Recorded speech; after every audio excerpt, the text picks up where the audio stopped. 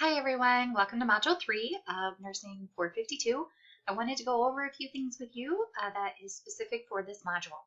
Firstly, we had already completed our project planning assignment and just a few issues that I wanted to go over with all of you, in particular with the discussion board responses. When you're selecting the population that you're going to be presenting to, make sure that it is applicable to the study that you're doing or to the educational component that you are putting together. So in other words, if you're going to be doing something on hand hygiene, this really might be a great topic for the younger population.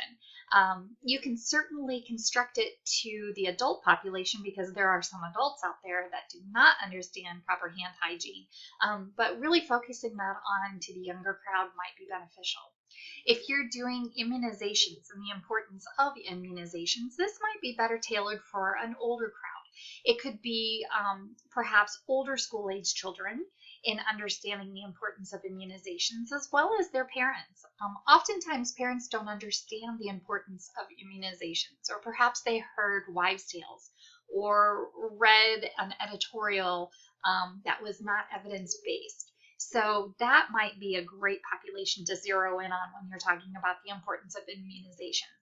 When we think about really young kids that are preschoolers, it might be a subject matter that could be not well understood by that population that you're presenting to. So really think about what it is, the points that you're wanting to make with your presentation, and find that target audience to give that education to.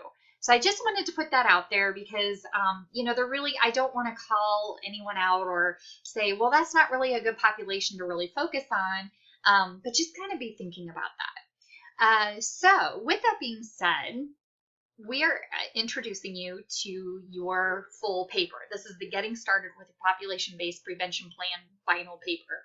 You'll find the rubric here, and there's just an overview of how this process works.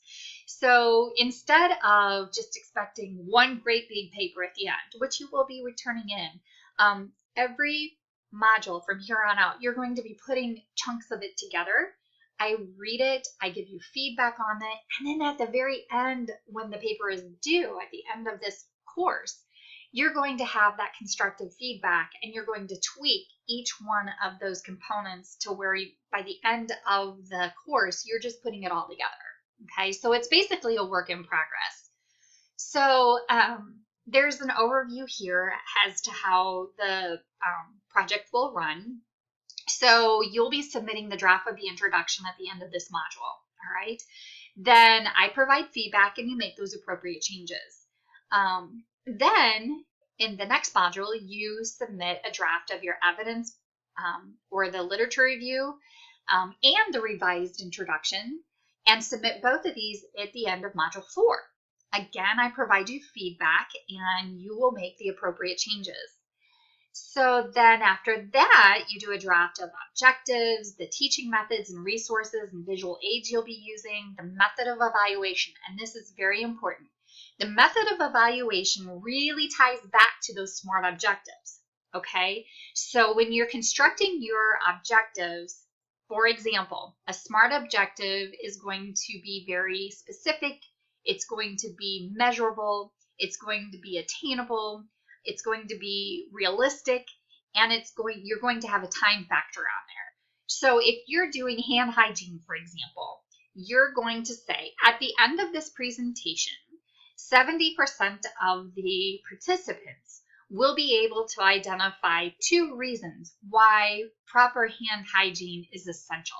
Okay, so let's tease that apart a little bit. At the end of this presentation, that's your timeline. Okay, so you're going to obviously have some sort of evaluation tool that's going to measure, do they understand 2 reasons why hand hygiene is so important?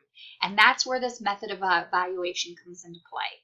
So you're going to actually have a tool. It's going to be a piece of paper, and it's going to have on there list 2 reasons why hand hygiene is important.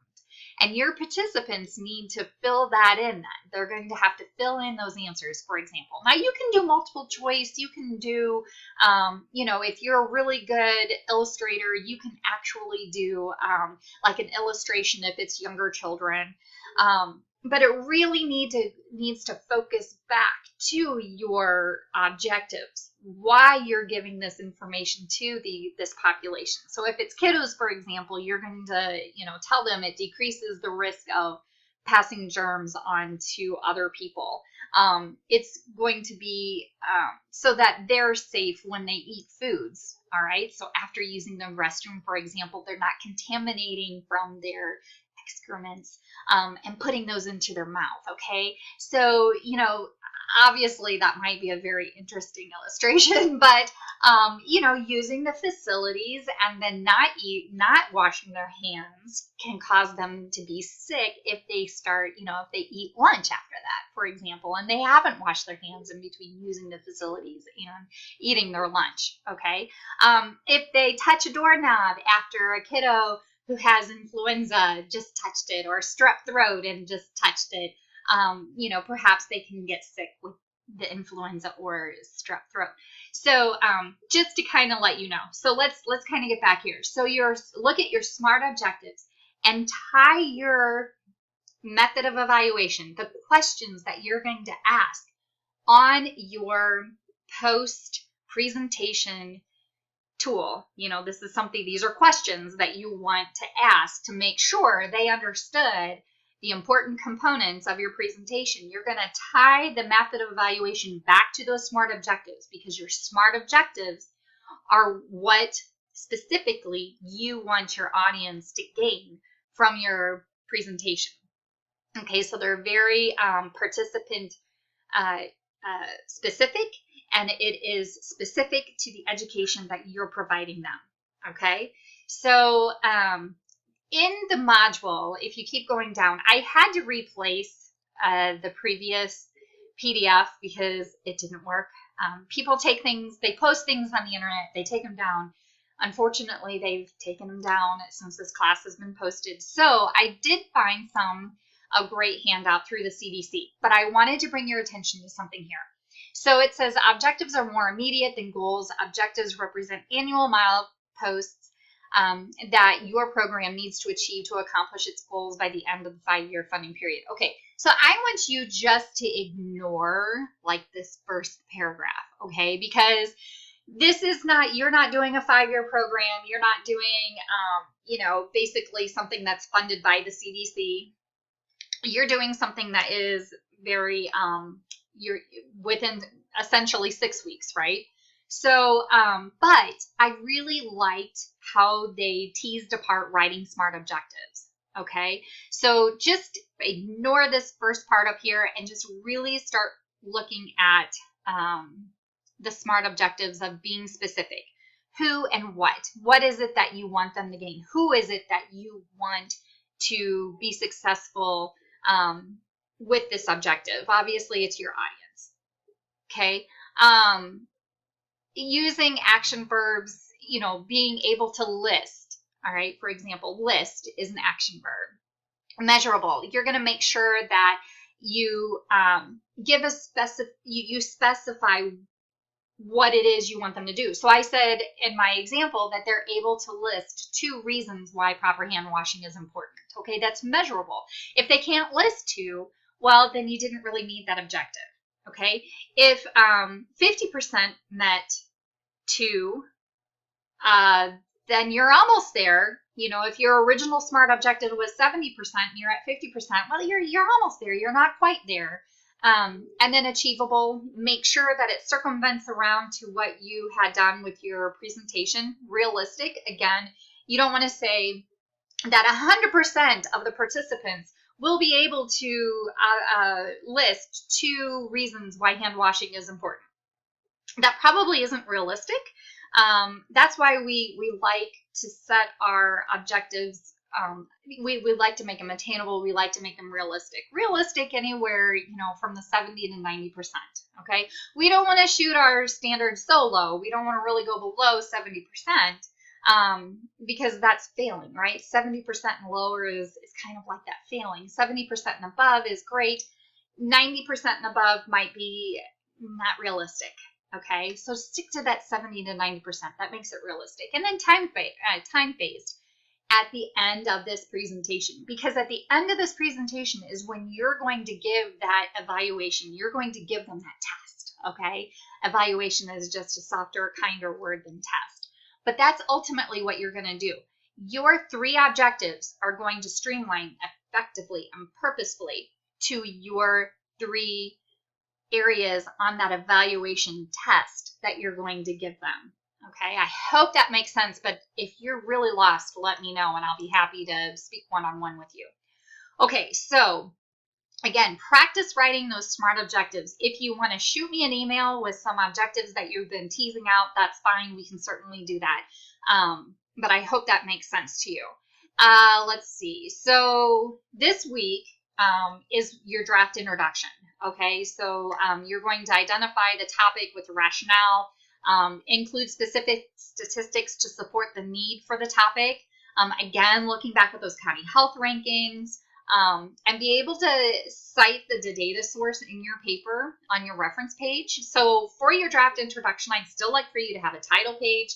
You're going to include the introduction with all of those statistics, you know, the nuts and bolts as to why this is important, why you're doing it. Define your population.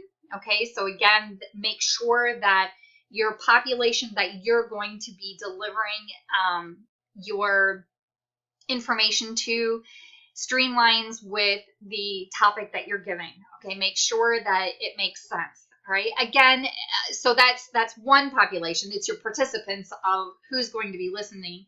And then the population, so for example, if you're doing childhood immunizations, your population is going to be children, first of all, because they're the ones receiving the immunizations.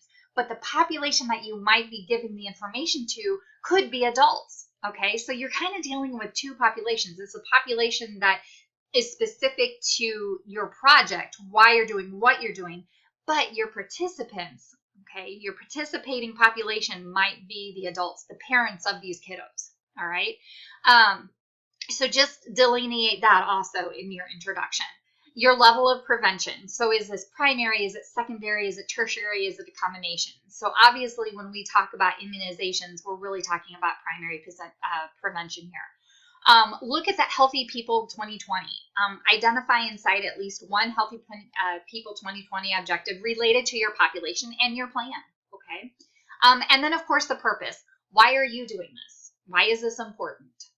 Again, this kind of goes back to your references. And then the goal. What is your learner-centered overall goal of what is desired for your population? Now, let me tell you, goals and objectives are very different. Your goal is your overarching purpose. Okay, so for example, getting back to childhood immunizations, your goal is that more children will be immunized by kindergarten. So that way then, you know, you don't have the school nurses fighting with the parents and saying, hey, you didn't immunize your children before coming to kindergarten. Or, you know, saying, sorry, they can't, you know, if the school's policy is that every kindergartner needs to be, you know, up to date on their vaccinations or else they can't attend kindergarten, you know, that's really a bummer for these parents and for these kiddos. So your overarching goal might be all of the children within St. Clair County will have their immunizations before entering kindergarten. Okay, they'll all be caught up. So that could be a great big overarching goal. Those aren't your objectives. Remember, your objectives are going to circumvent what you're doing for your presentation. I'm sorry if I sound really angry. I'm just really emotional. I love population health. So, you know, I tend to get a little carried away, but it's nothing to be mean or anything. So that's your introduction, okay? That is due at the end of this module on Sunday by midnight. And again, it doesn't have to necessarily be perfect. It can be, you know, if you have any questions or anything, just let me know. Send me an email.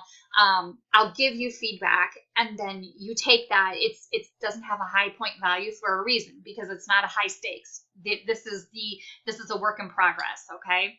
So don't be too alarmed if you're like, oh, I'm just not really sure about this. Just go ahead and write it out and, you know, cite those things. Include a reference page. Make sure you have in-text citations. And then for those of you who are doing your extra 10 hours, you do have your journal using the Kolb Experiential Learning. Click on that. Just you can fill in within the Word document. So I'm running out of time. Let me know if you have questions. Talk to you then.